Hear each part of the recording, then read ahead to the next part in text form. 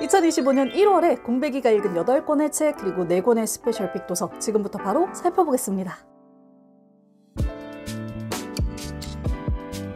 안녕하세요, 공복 여러분, 공백입니다. 오늘도 어김없이 독서 월말 정산 영상으로 돌아왔습니다. 그러고 보니 올해 첫 월말 정산인데요. 으짜! 2025년 1월에 공백이가 읽은 8권의 책 그리고 4권의 스페셜 픽 도서 지금부터 바로 살펴보겠습니다.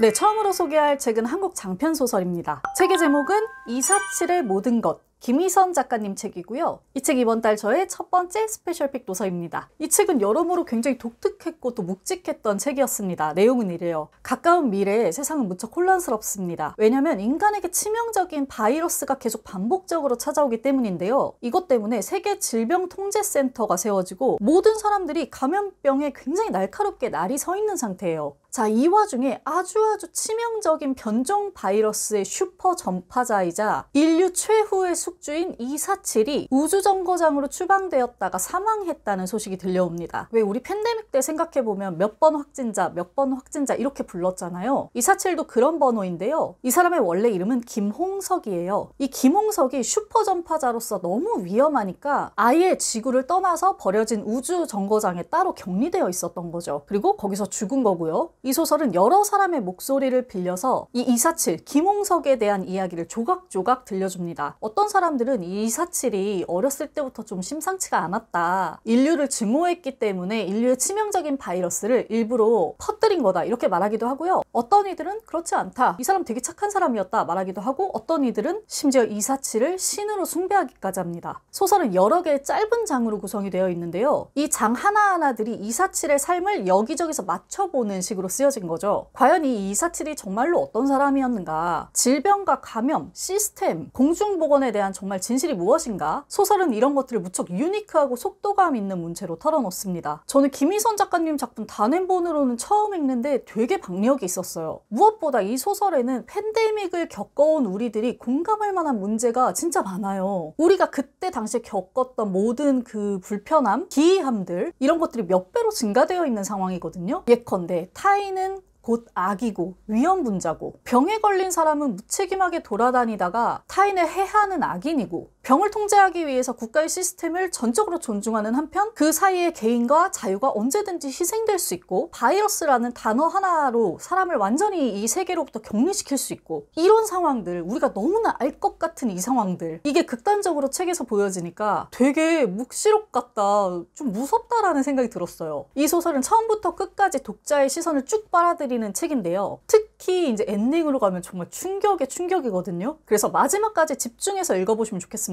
이 책이 올해 대산문학상 수상했다고 하는데 왜 수상했는지 진짜 알 것 같은 책이었어요. 이번 달 저의 첫 번째 스페셜 픽 도서 김희선 작가님의 247의 모든 것이었습니다. 네, 다음 책입니다. 이 책은 이번 달 저의 독서 시간의 절반 이상을 잡아먹어버린 책이에요. 힐러리 맨틀의 역사소설 울프홀입니다. 이번 달 저의 두 번째 스페셜픽 도서고요. 1, 2권으로 이렇게 나눠져 있는데 그냥 같이 소개할게요. 사실 제가 1월인데도 불구하고 책을 많이 읽지는 못했거든요. 한껏 의욕이 뿜뿜한 시기인데도. 왜냐하면 얘 때문에요. 이거 읽는데 시간이 정말 많이 걸렸어요. 제가 이 책에 대해서 할 말이 정말 많은데 일단 내용을 좀 소개하고 이야기 이어가겠습니다. 이 책은 16세기 잉글랜드를 배경으로 쓰여진 역사소설입니다. 이때 잉글랜드의 왕이 헨리 8세인데요. 이 사람이 뭘로 유명하냐면 결혼을 무려 6번이나 한 왕으로 유명합니다. 이혼 후에 재혼을 하기 위해서 로마 카톨릭이었던 국가의 종교를 영국 국교회로 바꿔버리기도 하고요. 자신의 부인을 처형하기도 했어요. 그래서 굉장히 그 썰이 많은 왕이거든요. 이 소설은 그 헨리 8세가 왕이었던 시기에 왕의 곁에서 엄청나게 활약했던 인물 토머스 크로멜의 삶을 따라가면서 쓰여져 있습니다. 크로멜은 원래 굉장히 미천한 신분 출생인데요. 워낙 똑똑하고 정치 외교 화술에 능했기 때문에 오로지 자신만의 능력으로 정말 최고의 자리까지 올라간 인물이거든요. 그동안 역사에서는 이 크로멜을 똑똑하지만 굉장히 부패하고 아첨 잘하고 꽤 많은 인물, 인물로 묘사를 했었는데 울프홀에서는 이 사람의 가정과 전반적인 삶 이런 것들을 자세히 들여다보면서 굉장히 정치에 능했던 똑똑한 인물, 동시에 정도 많고 의리도 있고 상처도 있는 그런 다층적이고 재미있는 캐릭터로 만들어냅니다. 그러니까 이 소설은 크로멜을 중심으로 당시의 정치, 종교적 상황, 권력과 암투, 갈등을 풀어낸 대작이라고 할 수 있어요. 그런데 이 책이 어렵습니다. 물론 쉽게 읽으시는 분들도 계시겠지만 이 16세기 잉글랜드와 튜더 왕조, 이 역사 자체가 낯설 수 있잖아요. 그러니까 배경 지식이 없는 상태에서 이 작품을 읽으면 소설의 흐름을 따라가기가 일단 힘들어요. 게다가 이 소설이 시점이 계속 휙휙 바뀌어요. 힐러리 맨텔의 문체 자체가 또 그렇게 읽기 친절하게 돼 있진 않거든요. 게다가 세상에 마상에 동명이인이 너무 많아요. 등장인물 자체도 많은데 이 등장인물들의 이름이 굉장히 같은 경우가 많습니다. 진짜 뭐 토마스가 한 10명, 헨리가 한 10명쯤 나오거든요. 그러니까 독자 입장에서는 헷갈릴 수밖에 없는 거예요. 자, 그렇게 저를 고생시켰던 소설인데도 제가 이 책에 스페셜 픽을 줬습니다. 왜냐? 제가 이거 읽는 동안 역사 소설을 읽는 맛, 진짜 머리 싸매고 공부하면서 책을 읽는 맛을 너무 절감했어요. 제가 이 책 보면서 영화, 각종 동영상, 웹사이트 진짜 많이 찾아봤거든요. 그 과정 자체가 너무 즐거웠고 내가 공부했던 게 이제 책에서 딱 표현이 되고 내가 그걸 뿅 알아먹었을 때 그 희열, 그게 엄청나게 재밌었어요. 이게 비유를 하자면 어떤 상황이냐면 내가 이 책을 읽는데 필요한 퍼즐 조각이 없었어, 손에. 그래서 여기저기서 엄청나게 힘들게 이 퍼즐 조각을 막 찾은 거야. 그래서 이걸 쥐고 책을 읽으면서 최종적으로 퍼즐 조각을 쫙쫙쫙쫙 맞추는 거죠. 그런 재미예요. 이게 장기적으로 생각해봐도 이제 저한테는 조금이나마 미약하지만 16세기 잉글랜드, 당시의 종교 갈등, 헨리 8세에 대한 어떤 정보가 있는 거잖아요. 그러니까 이 정보들은 제가 다른 책을 읽을 때도 꺼내 쓸 수 있는 조각이 된 거죠. 그래서 와, 이렇게 공부하듯이 치열하게 읽는 이 재미도 엄청나구나. 너무 즐거웠다 하고 이번 달 저의 두 번째 스페셜 픽으로 꼽아봤습니다. 여담으로 이 책은 제가 지금 문학동네 독파 챌린지로 진행하고 있는 책이기도 해요. 관심 있으신 분들은 독파 챌린지로 함께 해주시면 좋겠습니다. 자, 이쯤 하고 넘어갈까요? 이번 달 저희 두 번째 스페셜 픽 도서 힐러리 맨텔의 장편소설 울프홀이었습니다. 네, 다음 책입니다. 리사 리드슨의 장편소설 새들이 남쪽으로 가는 날이고요. 제가 이미 영상으로 소개를 해드렸던 책이죠. 이 책 이번 달 저의 세 번째 스페셜 픽 도서입니다. 책의 내용 간단히 소개해 볼게요. 소설의 주인공은 보라는 노인입니다. 이 보는 이미 몸의 기력이 굉장히 많이 떨어진 상태고요. 차근차근 이 세상과의 작별을 준비해 나가야 하는 인물이에요. 현재 보의 아내는 치매에 걸려서 요양병원에 따로 머물고 있고요. 보는 방문 요양 보호사들의 보호를 받으면서 집에서 머물고 있습니다. 한스라는 이름의 아들도 있긴 한데 이 아들이랑 사이가 무척 좋지 않아요. 왜냐? 이 보가 키우고 있는 하나뿐인 너무 소중한 가족 식스텐이라는 반려견을 아들이 데려가려고 하기 때문이에요. 이제 노인이 혼자 걔를 돌보는 게 힘드니까. 하지만 보는 이 사실 때문에 무척 상처받고 분노하고 있는 상태입니다. 이런 아들과의 갈등을 포함해서 보는 수많은 상처와 의문을 품고 있거든요. 소설은 보의 이런 현재와 과거를 세밀하게 오가면서 보여주고요. 그 굴곡 속에 어떤 아픔이 있는지, 그 아픔이 어떻게 드러나는지, 그의 상처들이 회복될 수 있을지, 그러려면 어떻게 해야 되는지에 대해서 차근차근 풀어나가게 됩니다. 들으셨던 것처럼 이 소설은 한 노인의 삶을 차근차근 풀어내는 소설이에요. 그래서 호불호가 갈리는 것 같거든요. 크게 임팩트가 없었다라는 독자분들도 있는데요. 제가 이 책을 스페셜 픽으로 꼽은 이유는 이 책이 제 남은 삶에 두고두고 영향을 끼칠 것 같아서였어요. 이 책을 읽으면서 저는 노년, 인생의 황혼에 접어든 이들의 어떤 현실과 속내를 조금이나마 더 가늠하게 된 것 같거든요. 그래서 제가 나중에 노년의 누군가를 돌볼 때 혹은 제가 노년이 되었을 때 이 책의 어떤 장면들이 생각이 날 것 같았어요. 그렇게 오랫동안 내 머릿속에 남는 책이 좋은 책이라고 한다면 이 책은 저한테 좋은 책이었던 거죠. 그래서 이번 달 저희 스페셜 픽으로 꼽아보았습니다. 세 번째 스페셜 픽 소설 리사 리드슨의 장편소설 새들이 남쪽으로 가는 날이었습니다.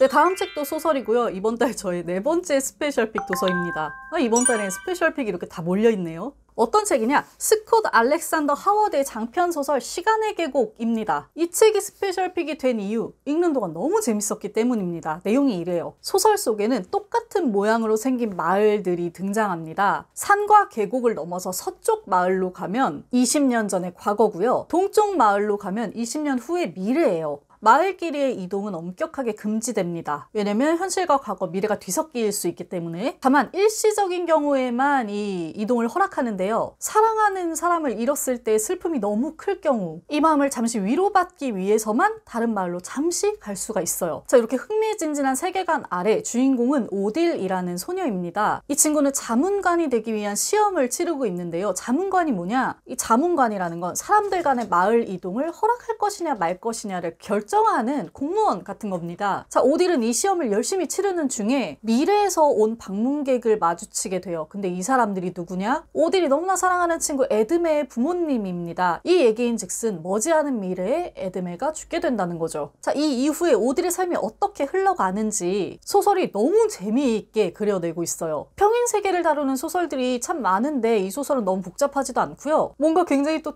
가슴이 따뜻해요. 저는 이런 소설 좋거든요. 그래서 많은 분들이 재미있게 읽으실 만한 책이었고 저도 스페셜픽으로 꼽아본 책입니다. 스콧 알렉산더 하워드의 시간의 계곡이었어요. 네, 다음 책입니다. 박완서 작가님의 산문집 한 말씀만 하소서입니다. 제가 올해 처음으로 읽은 책이었죠. 이 연말연시에 너무 이상하게도 계속 울음이 차올랐던 저의 마음을 팍 터트렸다가 또 이렇게 다독여준 책이었습니다. 이 책에는 박완서 작가님이 하나뿐인 아들을 읽고 쓴 글들이 담겨 있습니다. 애초에 출간을 기획했던 글들이 아니라서 정말 날것의 글들, 통곡처럼 쏟아낸 글들이 담겨 있어요. 절절한 고통과 그리움이 뚝뚝 묻어 떨어지는 글들이었는데 특히 이 가톨릭 신자였던 박완서 선생님이 신을 향해서 쏟아내는 이 원망의 마음, 처절한 분노 같은 것들이 굉장히 잘 느껴졌던 책이었습니다. 이 아들이 없는 삶을 내가 왜 살아야 하는지, 내가 이 세상과 어떻게 화해할 수 있는지 그 이유와 방법을 처절하게 묻고 답함으로써 역설적이게도 삶의 이유를 들여다보게 하는 책이었습니다. 죽음이 삶으로 바뀌는 그 의미의 전환을 갖기까지 너무나 그 고통스럽고 지난한 과정이 있잖아요. 그걸 이 책이 정말 잘 보여주고 있는데 한 글자 한 글자가 사무치게 와닿았던 책이었습니다. 보통 독자들이 이런 애도일기를 찾아 읽기가 심적으로 쉽지가 않아요. 이 책이 너무 무겁고 슬플 수 있으니까. 그럼에도 이런 이야기들이 이 세계에는 굉장히 많이 필요한 것 같고요. 이 책을 읽은 시간이 저한테 굉장히 유의미했어요. 그래서 여러분들도 꼭 읽어보셨으면 좋겠습니다. 박완서 작가님의 산문집 한 말씀만 하소서였어요. 네, 다음 책은 시집입니다. 조말선 시인님의 시집이고요. 이해할 수 없는 점이 마음에 듭니다 예요. 문학동네 시인선에서 172번으로 출간이 됐네요. 이 책은 제가 하는 독서 모임에서 이번 달 책으로 선정한 책이었는데 저희 독서 모임 멤버들에게 그야말로 대혼란을 주었던 책이었습니다. 저 역시 이 시집이 무척 어려웠거든요. 근데 또 이 시집을 편집한 강윤정 편집자님이 이렇게 얘기를 하시더라고요. 제목 그대로 이해할 수 없는 점, 그게 또 마음에 든다는 거. 어차피 시는 이해하는 장르가 아니라고 하잖아요. 그래서 저 역시도 그 불가해함을 받아들이고 또 그대로 즐기려고 노력했던 시집이었어요. 이 시집의 특징 몇 가지를 꼽아보자면 첫 번째, 눈으로 읽을 때보다 소리내서 읽을 때 말맛이 굉장히 좋았던 시집이었다. 그리고 두 번째, 전체적인 문맥을 추적하는 것보다는 문장의 파편 하나하나가 정말 매력적인 책입니다. 제가 몇 개만 읽어드릴게요. 감수성은 형태를 잡지 않은 옷감처럼 어떤 가능성이다. 밤이 이슥하도록 꺼지지 않을 것 같은 능소화가 그런 당신을 켜둘 참이군요. 밤이 부족하다는 것은 거의 모든 것이 부족하다는 말이었다. 이런 문장들은 진짜 저장해두고 싶잖아요. 이 책은 시가 해내는 최고의 일, 익숙한 것을 낯설게 보게 하는 거, 이해할 수 없는 것에서 다른 것들을 찾아내기, 이런 것들을 굉장히 재밌게 하게 해주는 시집이었습니다. 조말선 시인님의 이해할 수 없는 점이 마음에 듭니다 였어요. 네, 마지막 책입니다. 이 책 제가 진짜 재밌게 읽었고 다음 영상으로 소개해 드릴 건데요. 오늘 맛배기로만 보여드릴게요. 어떤 책이냐? 마이클 핀클의 논픽션 예술 도둑입니다. 이동진 작가님이 자신의 채널에서 2024년 9월 최고의 책으로 꼽으면서 많은 주목을 받았던 책이죠. 이 책은 논픽션이지만 진짜 웬만한 소설보다 훨씬 더 흥미진진한 책이었어요. 역사상 가장 많은 예술품을 훔친 도둑 스테판 브라이트비저의 이야기를 담고 있는데요. 이 사람이 유럽 등지 에서 훔친 작품만 300여 점에 가깝고 돈으로 따지면 이게 2조가 넘는데요. 근데 더 재밌는 거, 이 사람이 예술품을 왜 훔쳤느냐, 이거를 뭐 팔아서 부자가 되기 위해서가 아니라 그냥 자기 집 다락방에다 두고 자기 혼자 감상하려고 훔쳤어요. 굉장히 독특하죠? 그의 이런 기행은 10년 이상이나 지속이 되었는데요. 이 책은 그가 왜 그렇게 아름다움에 집착했는지, 그리고 어떤 방법으로 이 예술품들을 훔쳤고 어떻게 보관했으며 그의 말로가 어떠했는지를 아주 흥미롭게 보여줍니다. 그러면서 그러면서 동시에 이 사람의 이 기행이 정말로 아름다운 것, 미학에 대한 어떤 욕심이자 욕망이냐, 아니면 정말 단순히 도벽이냐, 강박이냐, 이런 것들에 대해서도 이야기를 해요. 읽다 보면 진짜 이런 일이 세상에 있었다는 게 너무